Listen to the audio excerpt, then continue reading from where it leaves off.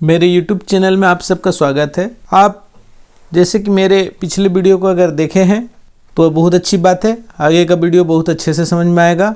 अगर आप अभी तक मेरे वीडियो को नहीं देखे हैं तो जल्दी से मेरे पिछला वीडियो देख लीजिए, आपको डिस्क्रिप्शन में मिल जाएगा। और अगर आप पहली बार इस मेरे चैनल में बने हुए हैं तो आप सबसे पहले सब्सक्राइब कर लीजिए और बेल आइकन को दबा दीजिए, जिससे आपको नया अपडेट हमेशा मिलता रहेगा और आपके बहुत काम की चीज़ें जो आप लोगों को पढ़ने में बहुत मदद करेगा वो आपको मिलता रहेगा।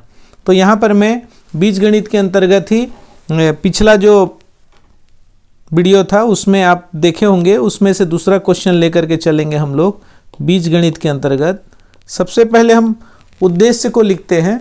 तो इसमें उद्देश्य जो है वह पिछला एपिसोड से जुड़ा हुआ एक उद्देश्य है। जैसे कि हमको यहाँ पे मूल ज्ञात करना है। यहाँ पर मैं प्रश्न को अच्छे से यहाँ पे स्पष्ट करता हूँ कि जैसे हमको मान लिया 3 प्रश्न है यहाँ पे छोटे छोटे, ये हमारा उद्देश्य है। देखिए 3 छोटे छोटे प्रश्न दिए गए हैं और इस दिए गए समीकरण के मूल ज्ञात करना, ये हमारा प्रोजेक्ट वर्क का एक उद्देश्य है। इसको हम बनाने के लिए जो आप लोग पिछला वीडियो में देखे होंगे उसका स्टेप, उसी के अनुसार हमको आगे करते जाना है। परंतु दोनों प्रोजेक्ट के लिखने का तरीका जो है थोड़ा सा चेंजेस होगा, मैं आपको बताते जा रहा हूं। चूंकि ये दूसरा उद्देश्य है, आपका दूसरा वर्क है, इसलिए आप बड़े ध्यान से देखिए और इसको आगे करते जाइए। तो सबसे पहले उसमें हम लोग क्या करते थे, अवलोकन करते थे। यहाँ पर क्रिया विधि आ जाता है। उद्देश्य लिखने के बाद हम क्या लिखते हैं, यहाँ पर क्रिया विधि लिखते हैं।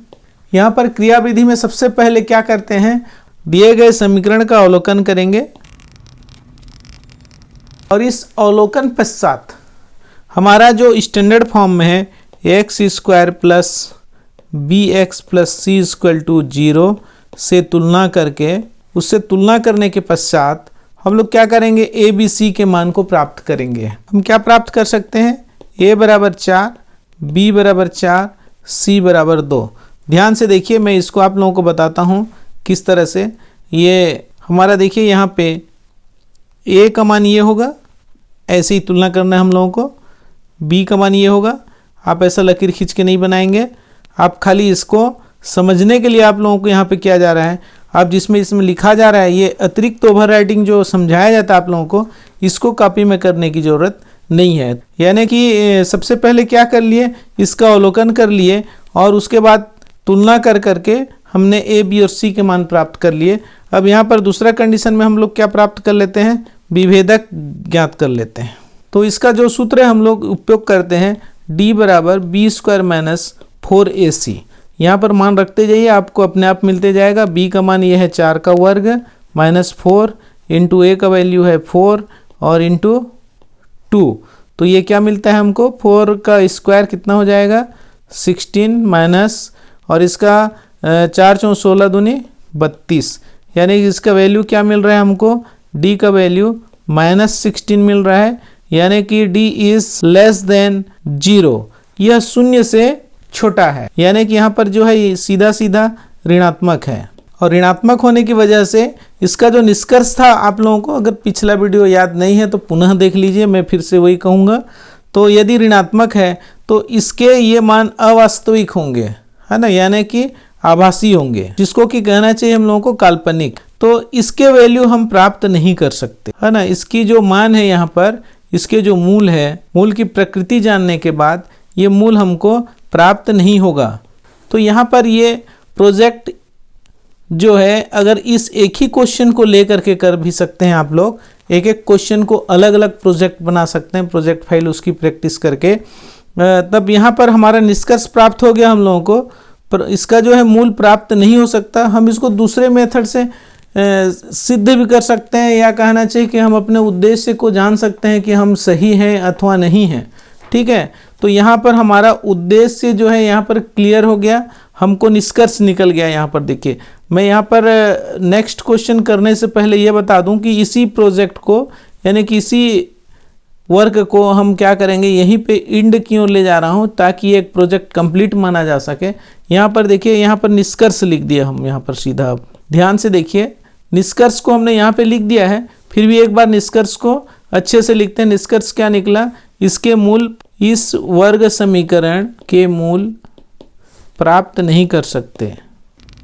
ठीक है, चूंकि ये आपके 10th क्लास स्टैंडर्ड तक इसके मूल को नहीं पढ़ा जाता है, और आप अगर 11वीं 12वीं में जा कर के मैथ्स लेकर के पढ़ेंगे तो इसके भी आप मूल प्राप्त कर लेंगे, परंतु आपके स्टैंडर्ड तक यानी कि कक्षा 10वीं के स्टैंडर्ड तक ऐसे जिसका डिस्क्रिमिनेंट जो है लेस देन 0 है, यानी कि इसका ऋणात्मक वैल्यू दिखाता है, उसके मान हम लोग अभी नहीं पढ़ेंगे। ठीक है, तो इस तरह से ये निष्कर्ष हो गया।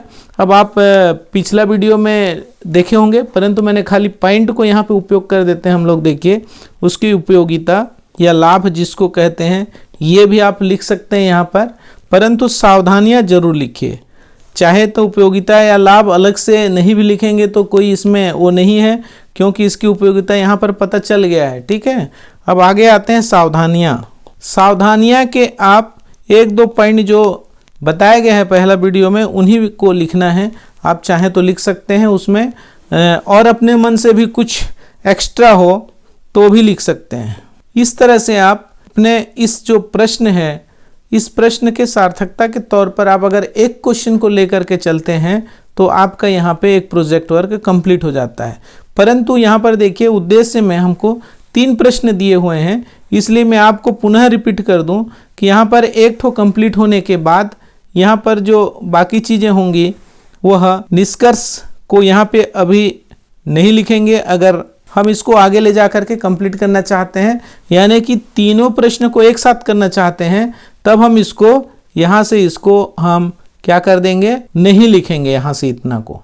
ठीक है, किसको लिखेंगे, ये मूल प्राप्त नहीं कर सकते, इतना थोड़ा सा निष्कर्ष लिखने के बाद हम लोग जो विभेदक ज्ञात करने को लेकर के चल रहे हैं, पहला प्रश्न को उठा करके लिए हैं, इसी तरह से हम लोग इसके दूसरे प्रश्न को भी प्रारंभ करेंगे। जैसे कि इसका दूसरा प्रश्न है यहाँ पर x² - 4x + 4 = 0। अवलोकन करेंगे, वही विधि वही उसी प्रकार से आगे करते जाएंगे। तो यहाँ पे हम लोगों को क्या मिल जाएगा, यहाँ पर इसको अवलोकन करने से का अवलोकन का तुलना, हमारा जो मानक समीकरण जो है हमारा ax² + bx + c = 0 से करने पर क्या मिलेगा हमको, a बराबर, देखिए ध्यान से यहाँ से, इसके सामने में कुछ नहीं है, यानी कि क्या है यहाँ पर 1 है, तो a बराबर 1, b बराबर -4 चिन्हों के साथ ध्यान में रखना है, c बराबर 4। अब क्या निकाल लेंगे, d निकालेंगे, b² - 4ac। तो ध्यान से देखते जाइए, हम जैसे जैसे और जितनी बार बनाते जाते हैं हमको थोड़ा सा शॉर्टकट और आगे सरल प्रक्रिया धीरे धीरे मिलते जाता है और हम वो करते जाते हैं। जैसे -4 का स्क्वायर, -4 × a का वैल्यू 1 और c का वैल्यू 4, इस तरह से देख रहे हैं आप। ये कितना हो गया, 4 × 4 = 16 हो गया, -4 × 4 = 16, एकम 16, तो 16 - 16 = 0 हो गया। d का वैल्यू क्या मिला हमको, 0 मिला। और जब d का वैल्यू 0 मिलता है तो इसका निष्कर्ष क्या निकलता है हमारे ये में, देखिए दूसरा प्रश्न में यहीं पे ख़त्म हो जाता है। अगर हम लोग अलग अलग बनाना चाहते हैं तो निष्कर्ष क्या निकला, इसका वास्तविक मान होगा और समान होगा, यानी कि इसके जो मूल होंगे वास्तविक और समान होंगे। अब देखिए इसको तो अब हल करना पड़ेगा, चूंकि हम d का मान हम ये निष्कर्ष निकालते हैं कि वास्तविक होगा और समान होगा, तो इसका मूल निकालना पड़ेगा। तो इसका मूल निकालने के लिए हम किसी भी एक मेथड का उपयोग कर सकते हैं, परंतु हम लोग यहाँ पर देखिए इसका जो आप लोगों को मैं बताया था, इसका वर्ग समीकरण को हल करने की विधि, उसमें से 3 विधि का उपयोग मैं बताया था वहाँ पर, मध्य पदों को तोड़कर, पूर्ण वर्ग विधि और सूत्र का उपयोग करके। तो चलिए हम यहाँ पर मध्य पदों को तोड़ करके स्टार्ट करते हैं, एक विधि भी यहाँ पे कंप्लीट कर लेते हैं। तो यहाँ पर मध्य पदों को तोड़कर वाला विधि से हम लोग उपयोग करेंगे। तो ये हो गया, देखिए x² - 4x + 4 = 0 को हम क्या करेंगे, मध्य पदों को तोड़कर, इस विधि का उपयोग करते हुए हम लोग इसको बनाएंगे। तो ध्यान से देखिए यहाँ पे, अब ये विधि भी आप लोगों के लिए बहुत ही उपयोगी है। आप प्रश्नों को हल करने में अपने इकाई के वो भी यहीं पे अगर आप सीख जाते हैं तो बड़े अच्छे से कर सकते हैं। देखिए आपको मैं पहले ही बताया कि यहाँ पे अगर कुछ नहीं है तो क्या है, यहाँ पर 1 है। अब इस यहाँ से एक्स स्क्वायर का जो गुणज है इसको आप उठाइए और ले करके जाइए किसको, यहाँ पर जो बिना एक्स वाला यानी कि सी पद है उसको ले करके जाइए और दोनों को क्या कर देना है, गुणा कर देना है। देखिए तो 4 एकम 4 होता है। 4 के सारे गुणनखंड लिखने हैं। 4 के सारे गुणनखंड लिखेंगे यानी 1 गुणित 4 का तो 4 हो ही गया। अब आता है 2 से तो 2 दूनी 4 होता है, ये भी हो गया। और तीसरा होगा नहीं, ठीक है, रिपीट करेंगे तो इधर से 4 गुणित 1 हो जाएगा, बाकी उसकी ज़रूरत नहीं है। अब यहाँ पर 2 ठो गुणनखंड मिला तो अब मैं आप लोगों का ध्यान आकर्षित करूंगा इस प्रश्न को हल करने के लिए। बड़े ध्यान से देखिए यहाँ पर देखिए सी वाला पद जो है उसके सामने में आपको प्लस चिन्ह दिखाई दे रहा है। ये प्लस चिन्ह हम लोग उपयोग करेंगे और हमको ये बीच वाला पद चाहिए, ठीक है। यानी कि योग करने पर यहाँ पर जो गुणनखंड प्राप्त हुआ है उन दोनों का योग करके हम लोग कोशिश करेंगे कि हमको क्या मिले, 4 मिले, ठीक है। तो यहाँ पर देखिए 1 गुणित 4 था, इसको हमने 1 धन 4 करना है। दोनों गुणनखंड को क्या करना है, योग करना है। अब योग करने से इसका आंसर कितना आता है, 5 आता है। तो ये हमारे लिए कैंसिल हो गया। दूसरा चीज़ देखिए, इसको 2 गुणित 2 है इसको योग करेंगे तो कितना हो जाएगा, 2 + 2 = 4। यही हमको चाहिए था। तो हम क्या करेंगे, ध्यान से देखते रहिए, बहुत ही सरल है। यहाँ पर x² माइनस इस 4 के जगह पे क्या लिखेंगे, 2 + 2 लिखेंगे, ठीक है। चूँकि इसको हम वही प्राप्त करने के लिए आगे का ये कार्यवाही चल रहा है, ठीक है। यहाँ पर x है और यहाँ पर फिर से प्लस है और ये 4 है = 0 है। आगे देखिए ये हल कैसे होता है, बहुत ही सरल है। यहाँ पर ब्रैकेट को ओपन करेंगे, x² माइनस 2 और यहाँ पर x है, ये x हो गया। और फिर ये प्लस, यहाँ पे प्लस है देखिए, यहाँ पर माइनस है देखिए, ठीक है। तो ये जो प्लस और माइनस है इसका परिणाम क्या मिलेगा, यहाँ पर हमको माइनस लेना है। तो ये क्या हो जाएगा, 2x हो गया और ये हो गया 4, दिस = 0। अब आप बड़े ध्यान से देखिए, इन दोनों की जोड़ी और इन दोनों की जोड़ी में जो भी उभयनिष्ठ हो हम उसको आगे कॉमन निकालते जाते हैं, उभयनिष्ठ निकालते जाते हैं। तो इन दोनों में देखिए आपको दिखेगा x दोनों के पास है। तो इस तरह से देख रहे हैं आप, x एक बाहर आ जाने से यहाँ पर एक x बचता है, माइनस भी बचता है और 2 बचता है, और 2 के साथ जो x था वो बाहर निकल आया है। अब यहाँ पर ये आप लोगों को बता दूं, यहाँ पर ये जो x - 2 है, यहाँ के ब्रैकेट में भी x - 2 ही रहना चाहिए। और ये कैसे में रहेगा आगे देखिए मैं बताते जाता हूँ। ये जो हमने दोबारा इसको लिया है, इनके बीच में जो उभयनिष्ठ है उसको देखिए, यहाँ पर दोनों में 2 है। देखिए ये 4 भी 2 का गुणज है और x के साथ भी 2 है, ये 2 बाहर निकल गया। दूसरी बात, 2 के सामने में ऋण था और यहाँ पर हम क्या करेंगे, माइनस को भी यहाँ पे यूज कर लेंगे। और ये माइनस बाहर निकल आने से 4 के सामने जो प्लस था वो माइनस में बदल चुका है, जैसे कि आप ब्रैकेट का यूज करते हैं, ठीक है। तो ये 2 कॉमन आने के बाद यहाँ पे क्या बचा, x बचा, और ये प्लस में से माइनस कॉमन आ गया है इसलिए यहाँ पे माइनस बचा। और यहाँ पर देखिए 2 का 4 में से 2 बाहर आ गया है, तो ये धन ऋण वाला नहीं करना है, गुणा वाला है ये, ठीक है। तो 2 दूनी 4, यहाँ पे बचा 2। आप देख रहे हैं दोनों ब्रैकेट जो है सेम टू सेम है और ऐसा होना चाहिए, अन्यथा आप कहीं ना कहीं पे गलत कर रहे हैं। तो आपको सही करना है तो ये ब्रैकेट दोनों समान आना चाहिए। अब देखिए दोनों ब्रैकेट ऋण चिन्ह के इधर भी और ऋण चिन्ह के इधर भी, दोनों के में उभयनिष्ठ जो आ रहा है वह क्या आ रहा है, x - 2 ही उभयनिष्ठ आ रहा है। तो यहाँ पे x - 2 को हम बाहर कर लिए, दोनों ब्रैकेट एक साथ बाहर निकल गया। अब यहाँ पर बचा क्या, ये निकल जाने से यहाँ पर x बचा है देखिए, और इसके साथ में जो है 2 था वो बचा हुआ है, दिस = 0 हो गया।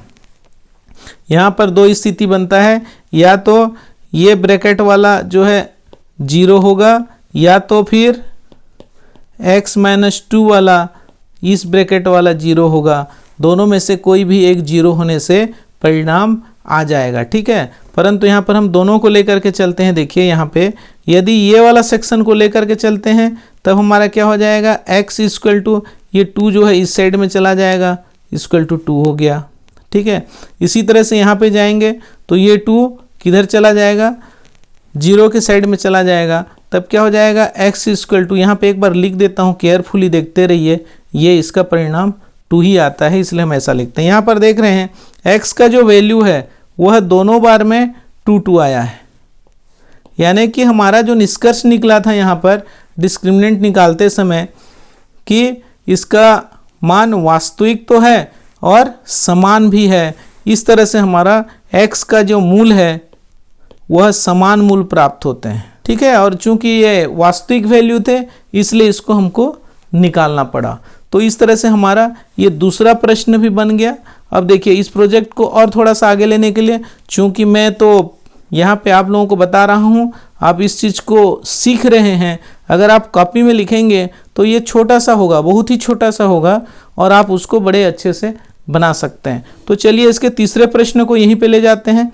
2x square minus x minus 3 equal to 0, ये हो गया हमारा वर्ग समीकरण की तुलना करेंगे। यह अवलोकन कर लिए हमने, ये हमारा दिया है वर्ग समीकरण है, इसकी तुलना ax square plus B x plus C equal to 0 से करते हैं। क्या मिलता है हमको, a का वैल्यू 2 मिलता है, b का वैल्यू -1 मिलता है और c का वैल्यू भी -3 मिलता है। अगर इतना मिल जाने के बाद अब हम क्या कर सकते हैं, इसको d निकालना है, ठीक है। हमने क्या क्या अवलोकन किया, तुलना किया और डिस्क्रिमिनेंट d निकालते हैं। तो d बराबर p स्क्वायर माइनस 4ac का मान ज्ञात कर, ठीक है। तो इसका मान क्या हो जाएगा, बराबर b स्क्वायर माने -1 का स्क्वायर माइनस का माइनस 4 का 4, a के जगह पे क्या लिखना है 2 लिखना है और c के जगह पे -3 लिखना है। आप इन चिन्हों को ध्यान में रखते हुए भी करना है, यही उसकी सावधानियां हैं। जब आप इसको सावधानी के रूप में लिखते हैं तो इसी बात को लिखते हैं कि हमको यहाँ पे चिन्हों का बड़े अच्छे से ध्यान से देखना है। अब यहाँ पर देखिए -1 का स्क्वायर माने 1 हो जाता है, ठीक है। यहाँ पर देखिए आपको मैं यहाँ पर ऐसा लाइन खींच के बता रहा हूँ, ये दोनों माइनस हैं और दोनों बाहर निकलेंगे, एक दूसरे के साथ मिल जाएंगे। आप लोग जान रहे हैं माइनस और माइनस का परिणाम क्या होता है, यहाँ पर प्लस होता है, तो यहाँ पे क्या लिखेंगे, प्लस लिखेंगे। अब तीनों को गुणा कर देते हैं, यहाँ से यहाँ तक का इन तीनों को गुणा कर देंगे तो क्या हो जाएगा, 4 दूनी 8 24 हो जाएगा और उसमें 1 को जोड़ना है, तो टोटल कुल मिलाकर के कितना आ गया, 25 आ गया। इस तरह से आप देख रहे हैं कि d का मान जो है वह, यहाँ पर d का मान हमको कितना प्राप्त होता है, 25 प्राप्त होता है। तो हम इसको कह सकते हैं कि d is greater from 0, d जो है वह 0 से बड़ा है, ठीक है। 0 से बड़ा होने की वजह से परिणाम क्या मिलता है हमको, निष्कर्ष जिसको हम लोग बोलते आ रहे हैं बार बार, क्या निष्कर्ष निकलता है, वास्तविक होगा और असमान मूल होंगे। असमान मूल होंगे इसका मतलब क्या हुआ, x के 2 मान मिलेंगे, ठीक है। अब चूंकि वास्तविक है और 2 मूल प्राप्त होने हैं इसलिए हम इसको आगे हल कर लेंगे, यानी कि जो विधियां हैं उनमें से ये कवर होते जा रहे हैं। अब यहाँ पर आता है पूर्ण वर्ग विधि और एक सूत्र विधि। तो मैं यहाँ पर आप लोगों को सूत्र विधि का उपयोग करके बताता हूँ और इसके मूल को प्राप्त कर लेते हैं, ठीक है। तो सूत्र विधि में यहाँ पर देखिए हम लोग क्या कर सकते हैं, यहाँ पर फिर वही काम करना पड़ेगा हमको। इसकी तुलना करने के बाद ए बी सी के मान जो प्राप्त किए थे उसी का यहाँ पे उपयोग करना है। तो सबसे पहले यहाँ पे सूत्र विधि का जो हम उपयोग करेंगे, सूत्र का उपयोग करेंगे। यहाँ पर मूल x बराबर होता है -b plus minus root of b square minus 4ac upon 2a। यहाँ पे देखिए बड़े ध्यान से, b स्क्वायर माइनस 4ac है तो आप इसको ऐसे भी लिख सकते हैं, -b plus minus root of ये कैपिटल D लिख करके यहाँ पे 2a भी लिख सकते हैं। चूँकि अगर आप इस तरह से डिस्क्रिमिनेंट निकाले हैं तो ऐसा लिख सकते हैं, ठीक है। तो आगे देखिए बड़ा इजी हो जाता है। उसके बाद तो -b मैंने माइनस का माइनस लिखिए और b का जो वैल्यू था -1 था वो भी -1 ही लिखना है। यहाँ पे चिन्हों को ध्यान दीजिए, प्लस माइनस हो गया, रूट ऑफ d है यहाँ पर, रूट ऑफ d मैंने 25 का वर्गमूल ये हो गया और बटे 2 इंटू a का वैल्यू देखिए क्या लिखा हुआ है हमारे में, 2 लिखा हुआ है। इसको हम आगे क्या कर सकते हैं, देखिए हम हल करेंगे तो x के बराबर कितना हो जाएगा, माइनस और माइनस प्लस हो गया, ये +1 हो गया और ये प्लस माइनस रूट 25 का वैल्यू होता है 5 होता है और यहाँ पर 2 दूनी नीचे, हर का जो वैल्यू हो जाएगा 4 हो जाएगा। तो इसको आप धन चिन्ह लेने पर और ऋण चिन्ह लेने पर। दो अलग अलग स्थिति है, दोनों का उपयोग कर लेते हैं। देखिए धन चिन्ह लेने पर क्या हो जाएगा, x का वैल्यू जो हो जाएगा 1 + 5/4 हो जाएगा, यानी कि 5 और 1 6/4 हो जाएगा। आप इसको चाहे तो ऐसे कटा सकते हैं, 2 दूनी 4, 2 तिया 6, यानी x का वैल्यू 3/2 प्राप्त होता है यहाँ पर। देखिए दूसरा, जब हम ऋण चिन्ह लेते हैं, आप चाहे तो साइड में लिख सकते हैं या तो फिर बगल में लिख सकते हैं, आपको जैसा भी लगे। चूंकि यहाँ पे जगह पर्याप्त है इसलिए हम माइनस चिन्ह लेने पर लिख लेते हैं। यहाँ पर देखिए x का वैल्यू क्या आ जाएगा, 1 - 5 है और उसके बाद 4 है, तो यहाँ पर केयर कीजिए। यहाँ पर 1 - 4 इट मीन्स -1 - 5, इसका मतलब 1 में से 5 घटाना है तो ऋण 4 बचेगा और ये बटे 4। चाहे तो आप बड़े आराम से यहाँ पे काट सकते हैं, 4 एकम 4, 4 एकम 4, और यहाँ पर x का वैल्यू जो आया कितना आया, -1 आया। इस बात को भी हमको ध्यान में रखना है। यानी कि देखिए असमान प्राप्त हुआ और मूल वास्तविक भी प्राप्त हुए, यानी कि क्या कहना चाहिए, x बराबर 3/2 और -1, दो मूल प्राप्त हुए। इस तरह से आप देख रहे हैं। मैं आपको पुनः रिपीट कर दूं कि इसमें जो आपको पिछला एपिसोड में मैं बताया था वहाँ पर कि d is less than 0, d equal to 0 और d इज़ ग्रेटर देन 0, इन तीनों स्थिति के लिए हम लोग किसी भी विधि का उपयोग कर सकते हैं, वहाँ पर बताया गया था। और उनमें से एक विधि तो मध्य पदों को तोड़ करके जो आपने ऊपर सीखा, और अब आपने ये सूत्र का उपयोग करके भी आपने कर लिया। पूर्ण वर्ग विधि हो सकता है आपको क्वेश्चन बनाते समय मिल जाए या नहीं मिला होगा तो आप लोग ज़रूर लिख दीजिए, मैं आप लोगों को पूर्ण वर्ग विधि भी अलग से बता दूंगा। ठीक है, तो आप देख रहे हैं कि आपने कितने अच्छे से इन सारे चीज़ों को किया। अब वहाँ पर जो यहाँ से हटाए थे, यहाँ पर देखिए इन चीज़ों को जो वहाँ से हटाया गया था, अब उस चीज़ों को आप इसको ले जा कर के कहाँ पे लिख देंगे, लास्ट पेज में। जब आप बना रहे हैं इसको, मैं इसको ट्रांसफ़र देता हूँ कहाँ पर, देखिए केयर करते रहिए, ये कहाँ जाएगा, हमारा इस जगह पे आ जाएगा वो। ठीक है, मैं पुनः उस जगह का नहीं लिख रहा हूँ, आप लोग इसको केयर कीजिए।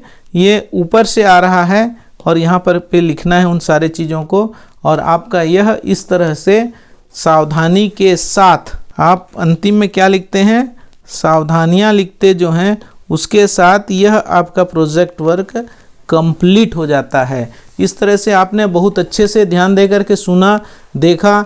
अगर एक बार में समझ में नहीं आता है तो पुनः देखो, और सरल तब तक देखते रहो जब तक सरल न लगे, और सरल लगेगा इसकी गारंटी है। और आप अच्छे से देखते रहे, इसके लिए बहुत बहुत धन्यवाद।